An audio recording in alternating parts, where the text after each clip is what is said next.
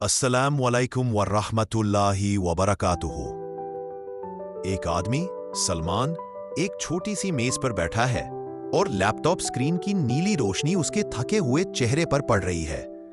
वह एक YouTube analytics dashboard को देख रहा है। आंकड़े बहुत खराब हैं। 47 सब्सक्राइबर, उसके नए वीडियो के सिर्फ 3 व्यू, जो सूरह अद-दुहा की एक दिल से की गई पेशकश थी।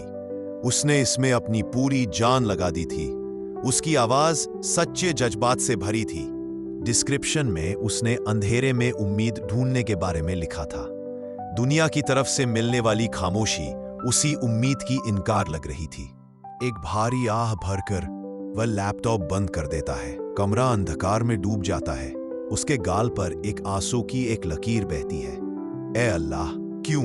वह अंधेरे में फुसफुसाता है। मैं ये सब तेरी रजा के लिए कर रहा हूं। मैं तेरी रोशनी बांटने की कोशिश कर रहा हूं। यह इतना मुश्किल क्यों है? यह उसकी बेरोजगारी का तीसरा महीना था।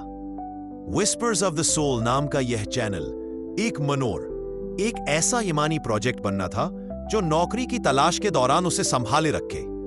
लेकिन खामोशी बहुत ज्यादा थी। उसके इनबॉक्स में रिजेक्शन ईमेल्स उसकी उम्मीदों की कब्र के पत्थरों की तरह जमा हो रहे थे। किराया 1 हफ्ते में बाकी था।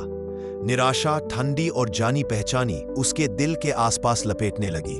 उस रात उसने नमाज खुशी से नहीं बल्कि एकदम बेबसी से पढ़ी।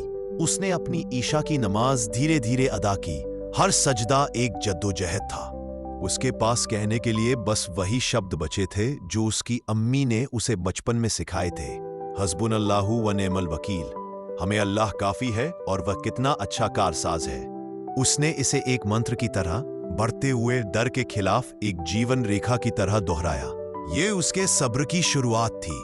एक इंतजार नहीं बल्कि अल्लाह की रस्सी को पकड़े रहने के लिए एक सक्रिय, दर्द भरा संघर्ष। अगले दिन एक संभावित नौकरी का मौका हाथ से निकल गया। कंपनी ने भर्ती पर रोक लगा दी। सलमान को यह जेनेरिक ईमेल एक कैफे में बैठे बैठे मिला, जहां वह एक कप कॉफी पी रहा था जिसके लिए उसके पास पैसे बेयरली थे। उसकी पहली प्रतिक्रिया गुस्से की एक गर्म लहर थी। वह चीखना चाहता था, लेकिन उसने आंखें बंद की, एक गहरी कांपती हुई सांस ली और फुसफुसाया, अल्हम्दुलिल्लाह आला कुल्ली हाल। हर हाल में अल्लाह की हम्द, तारीफ है। यह उसका अमल बन गया। हर रिजेक्शन पर वह गम से भरी जबान को जबरदस्ती अल्लाह की हम्द कहने पर मजबूर करता। हर वीडियो जिस पर 0 कमेंट आते, वह खुद ही कमेंट करता, माशा अल्लाह बहुत खूबसूरत तिलावत लिखता, ताकि खुद को असल मकसद याद रहे। उसका सब्र एक सचेतन फैसला था जिसमें वह अपना ध्यान उस चीज से हटा रहा था जो उसके पास नहीं थी। उस मालिक की तरफ मोड़ रहा था जिसके पास सब कुछ है।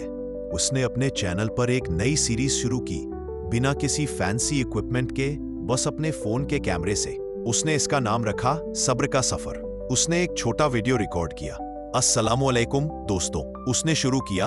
उसकी आवाज भरी हुई थी। मेरे पास ज्यादा सब्सक्राइबर नहीं है और कोई बात नहीं।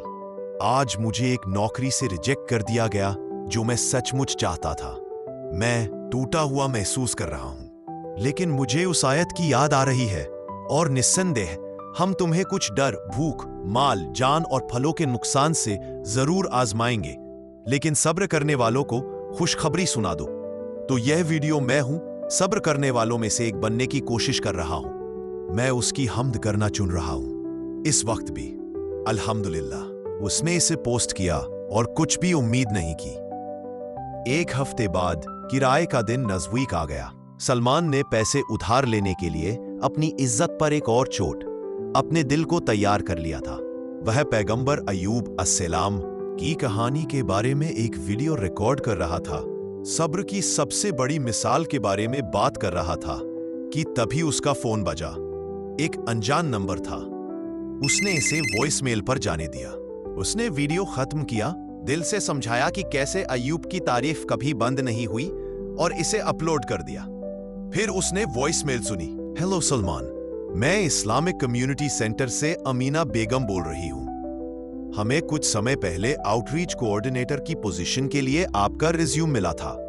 हम जानते हैं कि कुछ वक्त बीत गया है, लेकिन हालात बदले हैं और हम आपके बैकग्राउंड से बेहद प्रभावित थे। कृपया जल्द से जल्द हमें वापस कॉल करें। कांपते हुए उसने वापस कॉल किया। 1 घंटे बाद उसके पास नौकरी थी। यह सही अर्थपूर्ण काम था जो उसके ईमान से मेल खाता था। अभिभूत होकर वह सजदे में गिर गया। राहत और शुक्र के आंसुओं ने कारपेट को भिगो दिया। अल्हम्दुलिल्लाह, अल्हम्दुलिल्लाह, अल्हम्दुलिल्लाह। लेकिन उसके सब्र की कहानी खत्म नहीं हुई थी। यह अब फल देने लगी थी। उसने अपनी सब्र का सफर सीरीज का एक आखिरी वीडियो बनाया। वह उसी जगह बैठा था, लेकिन इस बार उसकी आंखों में सलामती की एक हल्की रोशनी थी। अस्सलामु अलैकुम। 1 हफ्ते पहले मैंने निराशा में एक वीडियो बनाया था। आज मैं यह दिल भरे शुक्र के साथ बना रहा हूं। अल्लाह ने मुझे एक नौकरी अता की है, अपना गुजारा चलाने का एक जरिया।